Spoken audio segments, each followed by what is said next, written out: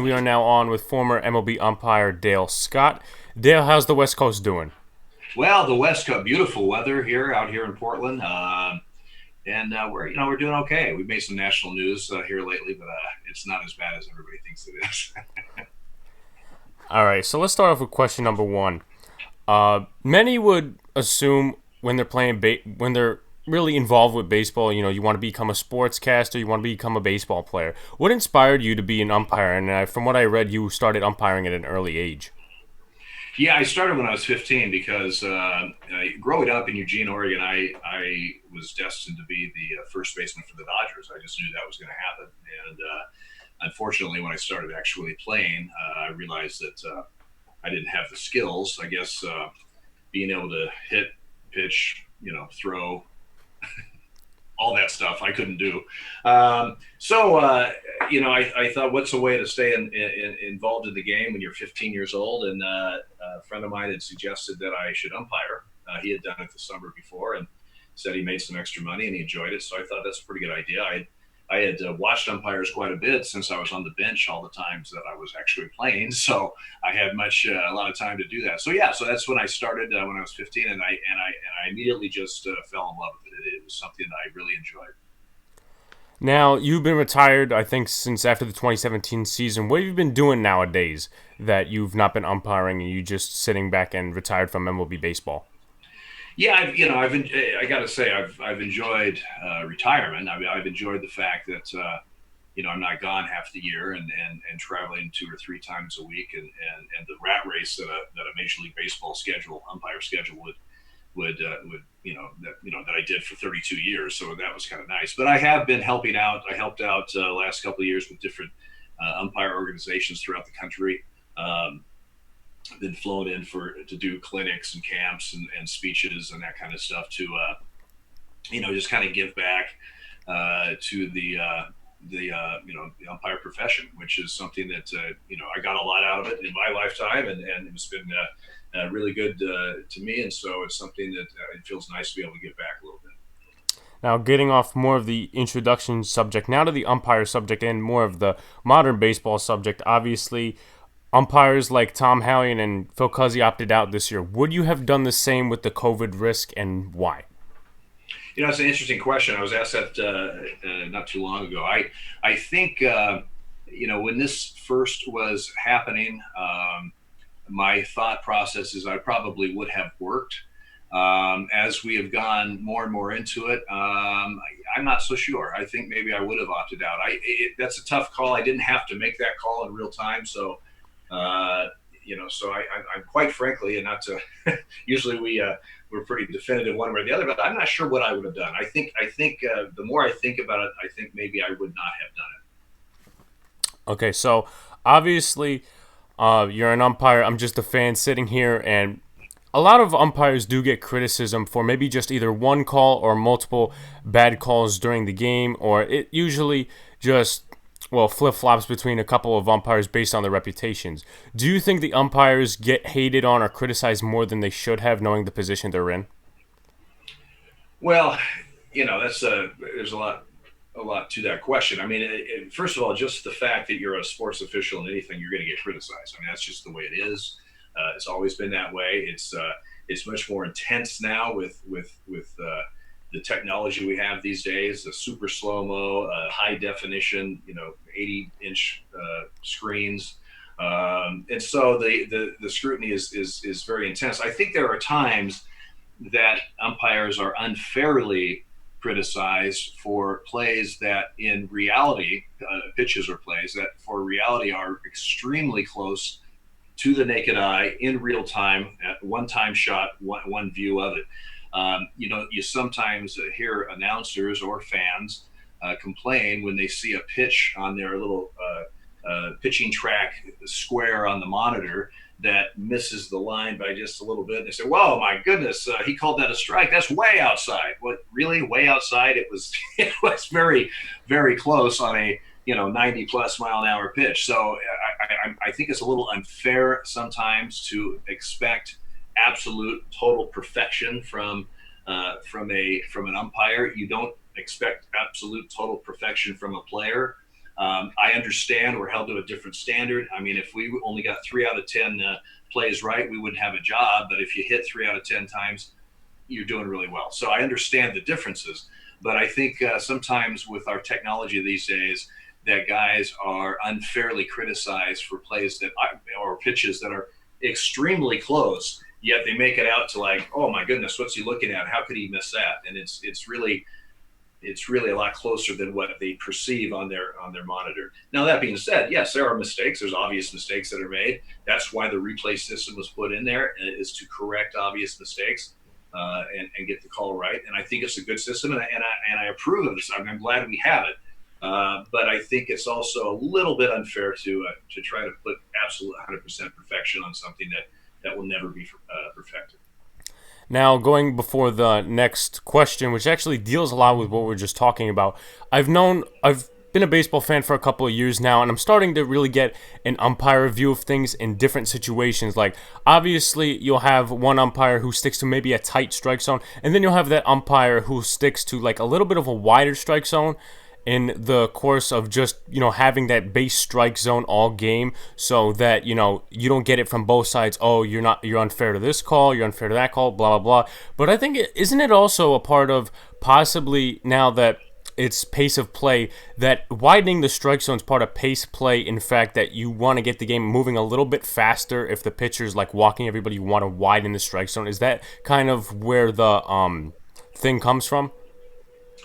Well, no, and the reason, would you want to, if a guy can't find the plate, and you want guys to start swinging the bat and you want the game to get going, internally, yes, you would hope that would happen, but you don't have that luxury as an umpire. And the reason is every pitch and every play that an umpire has is evaluated, and if you start widening the zone.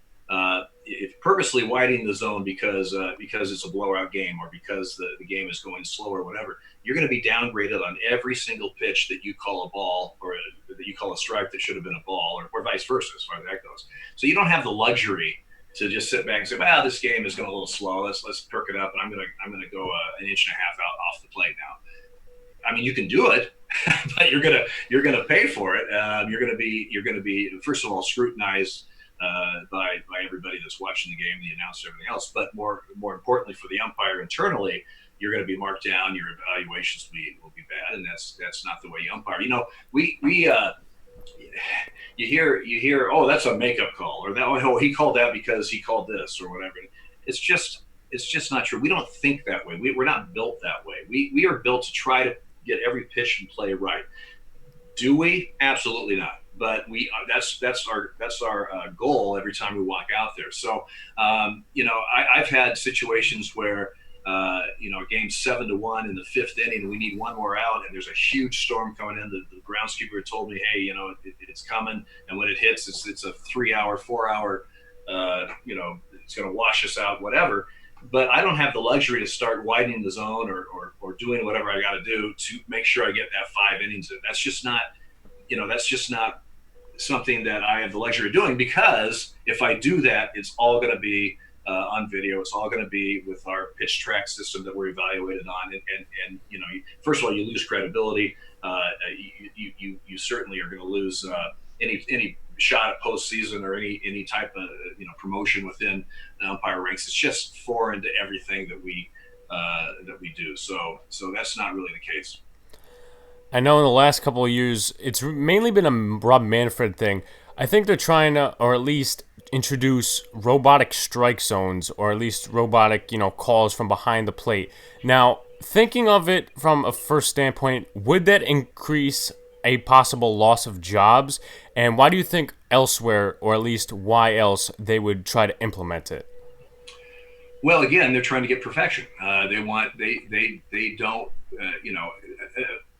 the Major League Baseball umpire average for the entire season, when we have a normal season, is above 97%, closing in on 98% of pitches correct. Now, we're talking hundreds of thousands of pitches in the course of a season.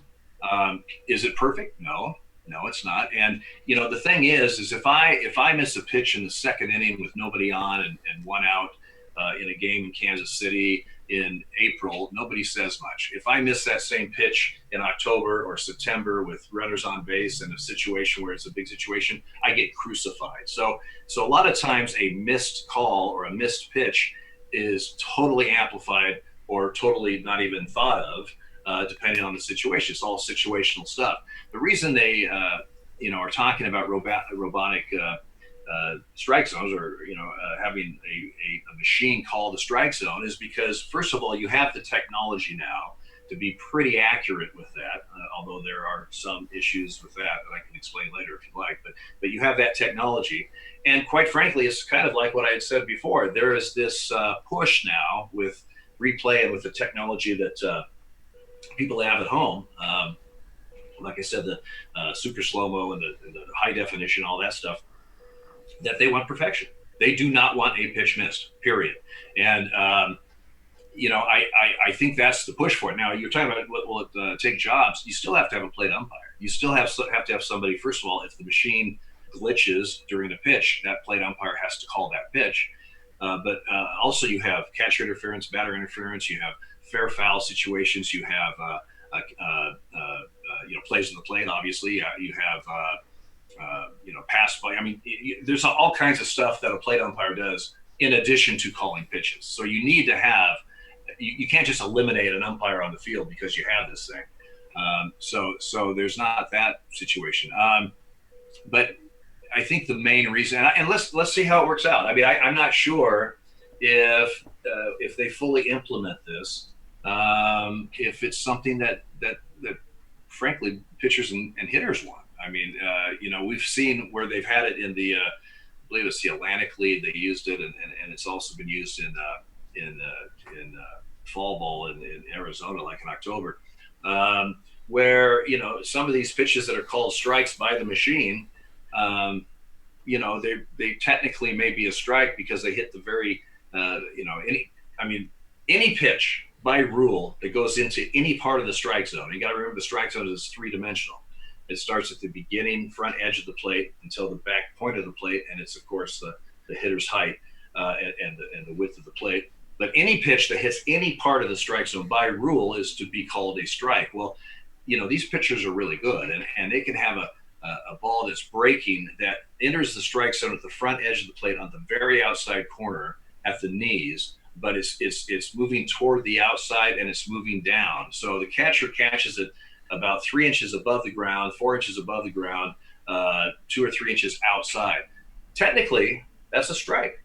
By rule, it hit part of that strike zone, and that's a strike. Most umpires don't call that a strike. Why? Because it's not accepted as a strike. People don't expect that type of pitch that's being caught outside and low like this because it nipped one little corner to be a strike. But the machine doesn't know that. The machine is programmed as that if it enters here, it's a strike, period. So there have been instances where they've used this machine where pitches are called that are, quite frankly, you watch it, you go, that's not a strike, but the machine says it is. And technically it may be, but in reality and in the way the game is played, it's probably not accepted as a strike. So let's see how that plays out. I don't know if guys will just get used to it, or I don't know if it's one of those things where if they continually trying to use this technology, that it's just not quite doing what they want it to do. And going back to our mini conversation, I mean, it's still partly going on right now about whether umpires should get scrutiny for certain calls.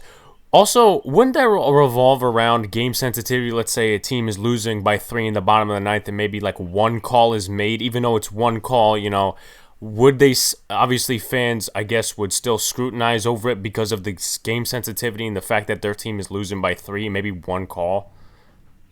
Well, first of all, talking about scrutiny on plays, like I said earlier, an umpire is evaluated on every single pitch that he calls, ball or strike. Every pitch he calls, he is evaluated on. Every play a base umpire has, he's evaluated on. You're also evaluated on no calls. You may have a what should have been called an obstruction and it wasn't called. So there was no call made, but there should have been a call made. So you are evaluated on everything you do out there. So A fan, you got to remember, fans watch games from their heart, not their head. They want that pitch to be outside when they're hitting. They want that runner to be safe when they're hitting. They want the plate to be out when they're on defense. So anything close, anything, they're going to see that from their heart and not their head. An umpire doesn't. We don't care who's sliding, who's throwing, who's whatever. What we care about was the tag before he got there or not? Was the pitch in the zone or not? That's our black and white kind of thing. So and let's be honest, there are plays that you watch video replay from several different angles, and one angle looks out and the other angle looks safe. I mean, it just the way the angles are, or maybe a definitive angle is just about to be shown, and a ball player just happens to get right in between the play and the camera, so you don't actually see it from that camera view. So there are plays that, replay doesn't say, oh, we have replay, so 100% will know what happened. Not necessarily. Those catch, no catches in the outfield, sometimes you just can't tell. Even with replay, even with slow-mo, even with 4D cameras or whatever. So it's not, replay doesn't just end all controversy. So the point I'm trying to make is, a lot of times on those really close plays that can either go either way, or in a situation they really need that play, a fan's going to see it different than somebody that has no dog in that hunt, so to speak, and just watching it. And quite frankly, you'll have plays that'll happen that for the end of time, no one will agree. One side says out, one says safe, and no one will agree on it. So replay helps. It obviously takes care of obvious mistakes. And I think, like I said, I think it's a good thing, but it doesn't just eliminate all controversy. Now, one of the most critiqued umpires, if not the most critiqued umpire today, is Angel Hernandez. I think he actually took your number 2 years or a year after you retired. Have you ever worked in a crew with him? If you have, what is he like? I know he's critiqued a lot for some of the calls that he does make on the field. Umpires, there are some umpires that get labeled. It might be a certain playoff game or a certain big game, or just a routine fan that watches a lot of games every year, and when they see that umpire, they tend to have a strike zone they don't like or whatever. And when an umpire gets labeled, especially when they get labeled by the media, whether that label's good or bad. I mean, it could be a good label. Oh, this is the best ball and strike umpire in the world. That's a great label. And so if you have that label, you have a tendency as a fan, as a media person, to give them the benefit of the doubt on a close pitch. Well, he's one of the best ball strike guys. If he says that's a strike, I don't know, but I think he must be right. Okay. Same goes the other way. If you're labeled, oh, this guy, he's questionable. I don't know. I've seen him work. I don't think I like his ball strike work or whatever. And now a close pitch, they're going to say, well, he missed another one. They're just immediately are going to assume that was a miss because that's his label. So, not getting into specifics of anybody on the staff, everyone's evaluated.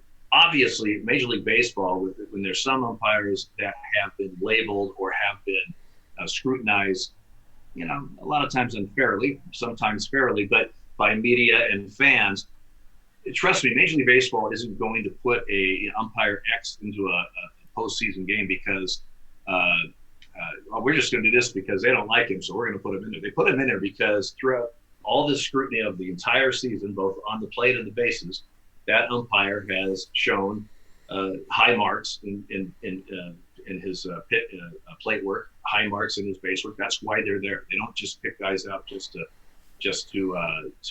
make fans get ornery. They put them in there for a reason, and the reason is because throughout the entire job. Remember, unlike this year, which is a weird year, but in a normal year, baseball is a marathon. So, I have a bad game here and a bad game there. It's going to happen in a span of working 140 games or whatever. But when you look at the entire season of work and all the evaluations that are done, that's what they base their decisions on.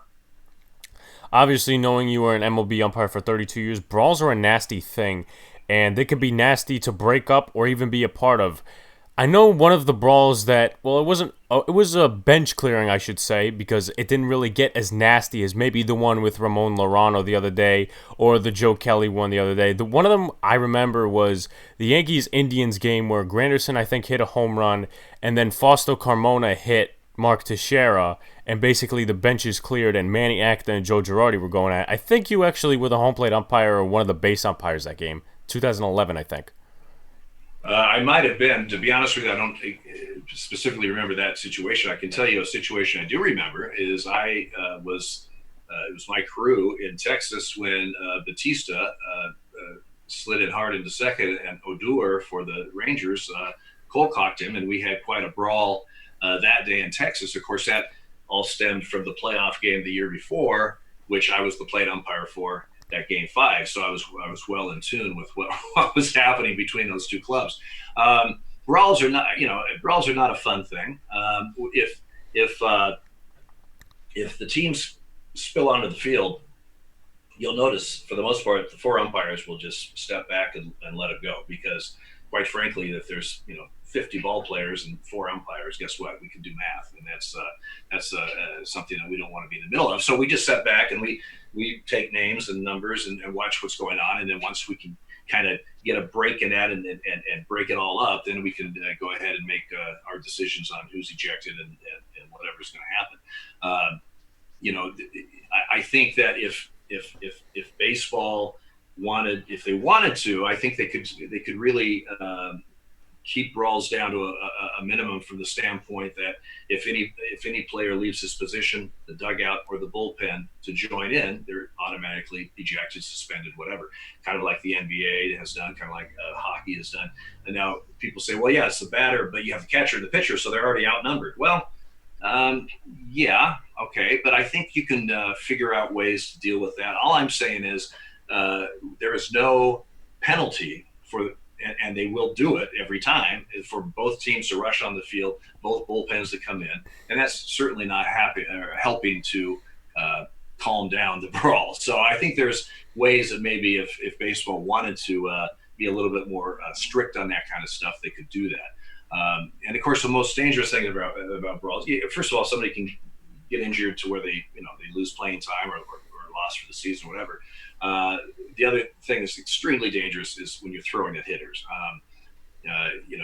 If a pitcher wants to hit a batter for whatever reason, there's a proper way to do that. You throw at his lower trunk, or you don't throw it anywhere the shoulders are above. That's just an absolute zero no, and is condemned by, or should be condemned by, everybody, because that is extremely dangerous. And there's no place for that in baseball. Obviously, continuing off this conversation, MLB has done, or at least tried its best to kind of limit these balls for two reasons. Number one, because of the COVID risk. Number two, because of the whole Astros scandal and whether teams felt that the MLB punished them or not. And so they're gonna take out their anger on them and say, hey, you stole a championship from me, I'm gonna hit you now. So in that case, obviously, it's a messy situation, but MLB has to do its best, and I saw they gave Alex Cintron 20-game suspension in a short season, 60 games, even though he's been a part of these games already. They just, in my opinion, will need to do a better job now and also in the future, because if you just do it for this season, there's really no point. So you want to put it towards the future where safety is always, a thing, whether there's COVID or just an injury risk. Well, you bring up a good point. I said that as far as leaving the bench and all that stuff is one way you can maybe help curb that. Fines and penalties and suspensions is another way. The problem that baseball had. Now, first of all, I applaud what they did with Cintron. They knew going in, even if we had a normal season, they knew going in that this was going to be a tough year with the Astros, and they knew that they were going to have to jump on that early and often. Because you can't, regardless of what the Astros did, you can't just let them be beat up by every American League team every time they walk on the field. You just can't let that happen. And you can have a whole other show about if you thought it was fair what they did, penalty wise to the Astros and all that. But the point is, you still have a baseball game, and you can't allow that to happen. The 20-game suspension, I think, was an absolute shot across the bow that that this is not acceptable, and we're not going to put up with the COVID stuff and the fighting, and also just in general. You got to remember, he's a coach, though. He is not protected by the Players Association.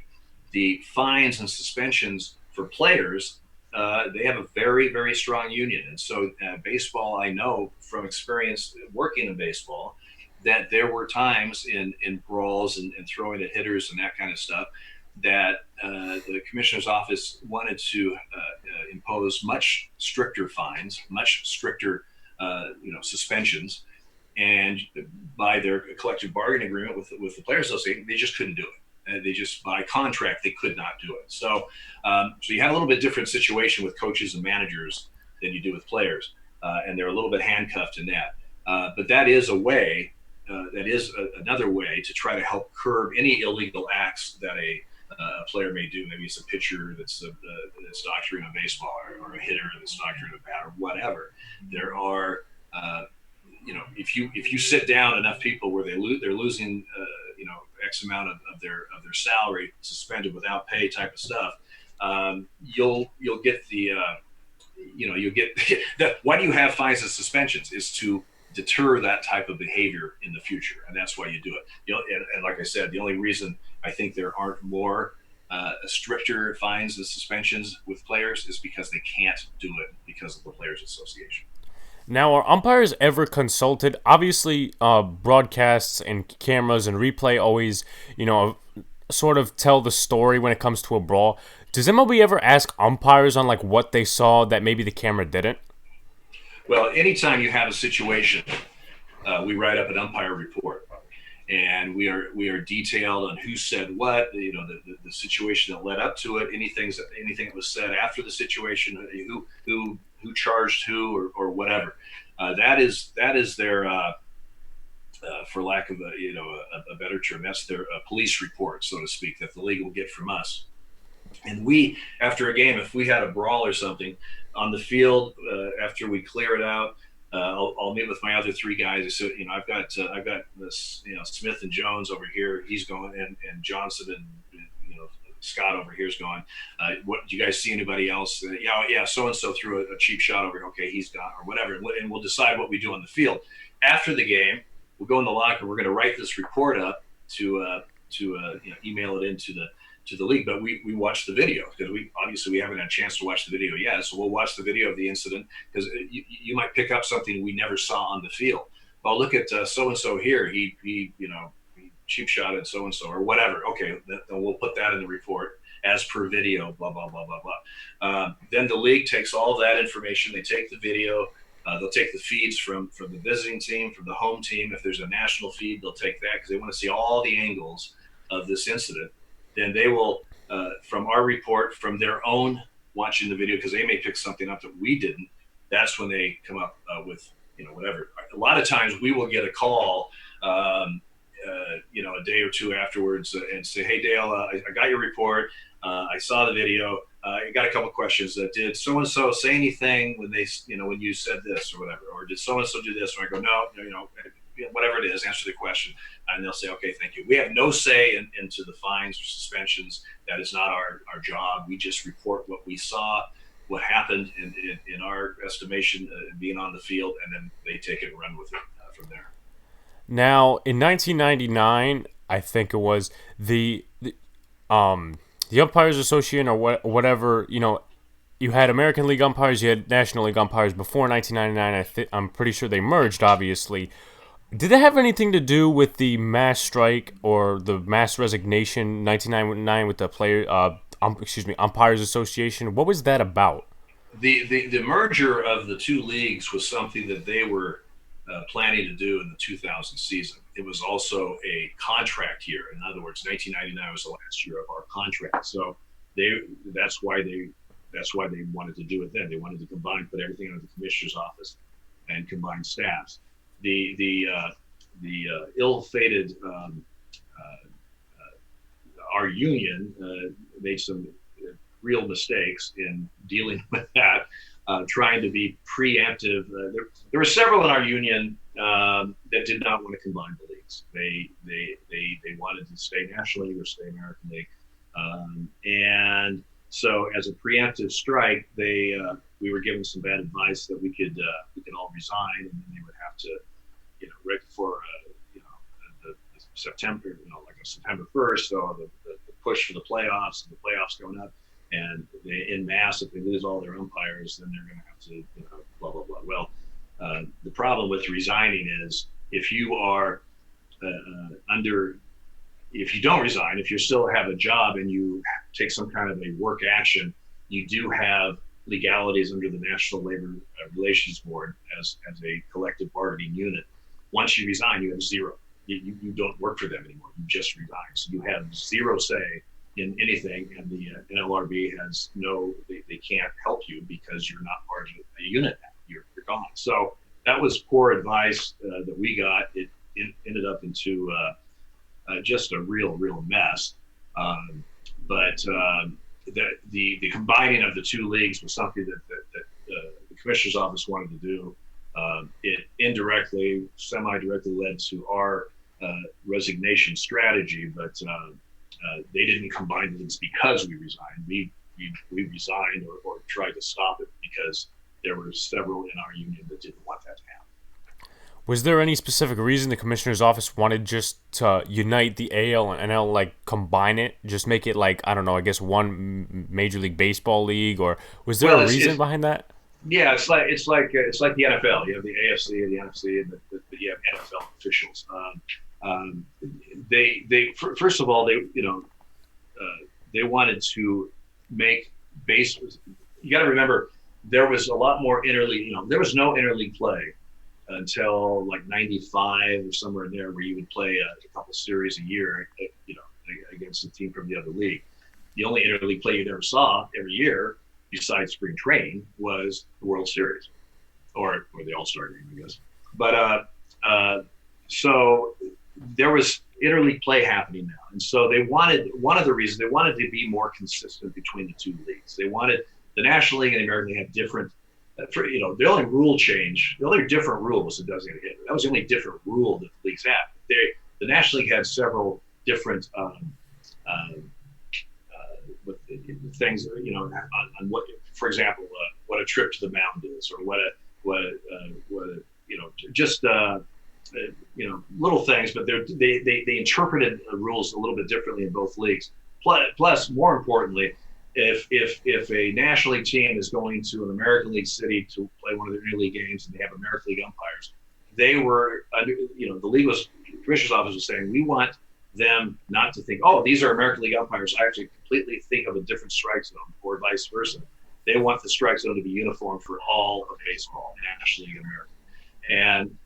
And that made sense. Now, umpire-wise, it made sense. We had a lot less travel if we worked both leagues. I could go to the state of California as an American League umpire. I have Anaheim and Oakland. That's it. If as a Major League umpire, I've got 5 cities in California. So maybe instead of being in California for a week, or on the West Coast with a trip up to Seattle for a week as an American League umpire, a week and a half, now I can go on the West Coast and be on the West Coast for 3 weeks. Working different teams, but we're going to throw in Denver and Arizona with that too, and you got a whole kind of the west of the, so the travel is a lot better for umpires that way. And quite frankly, a lot of guys, didn't want to do that. I thought it made complete sense. And now with even more interleague play, it makes a lot more sense. The teams have a relatively good idea what the strike zone is going to be, what the mechanics of the umpires are going to be, no matter if they're an American League city or a National League city. It's all Major League Baseball umpires. It took a while to blend them all in and make that all happen. The early 2000s, mid 2000s, there was some, ups and downs with that because of just, such a big change of the staff like that. But now it's quite frankly, it's not even thought of. It hasn't been for 15 years. What was your what was your favorite playoff series to work that you remember working, and maybe your favorite MLB All-Star game? Well, I worked 3 All-Star games. The final one I worked was in Phoenix, and I was the crew chief, and I was the plate umpire. So that obviously was a big deal. But I could never forget my first one in Baltimore in '93. And just the excitement of the All-Star game and having my family come out. And all, the All-Star game is a lot of fun. Of course, back then and now again now, but before they made the winner of the All-Star game the home team in the World Series, when it was just an exhibition game of the two leagues, it was uh, baseball's fun time. In other words, there's a big Monday night games on Tuesday. On Monday, they had a big All-Star party that Major League Baseball put on, all the corporate sponsors and everything. And it was really, I mean, if you're going to put on a party, that was a party. It was first class. It's a lot of fun to have your family and maybe some friends that could be able to join you and be a part of that. So All-Star games are a lot of fun because they're not as intense and they're not as people on the edge of their seat, win or lose type thing like you have the postseason. As far as favorite playoffs, I mean, obviously you never forget your first playoff. My first playoff was Seattle with the Yankees in '95. Game one, I was on first base. Game two, my very first plate game ever in postseason. The game goes 15 innings, 5 hours and 13 minutes. I could have done without that, I guess. But, I'll never forget that. Of course, you never forget your first World Series. Again, the Yankees and the Padres in '98. Yankees swept them. It was pretty much a one-sided affair. But, hey, it was the World Series. I had game three on the plate, which is the first game in San Diego. In fact, it's the only game in the history of baseball where an umpire in a World Series wore a red shirt. The American League had red shirts for that 5-year span from about 95 to 95 season to the 99 season, and this was in '98. So that was so obviously that was a big thrill. I mean, you umpire and you go professionally, and you get a job, you go in the minor leagues, you finally get to the big leagues, and all that stuff. The pinnacle is to work a World Series, and I was fortunate enough to work 3 of them. But that first one was really special. And then the second one, let's be honest, it was 2001, right after 9/11, 7-game series, unbelievable series, unbelievable time in our country. So that certainly is a highlight. Dale, I appreciate you for joining us, and it was a much loved conversation. Well, thanks for having me, Alex. Anytime.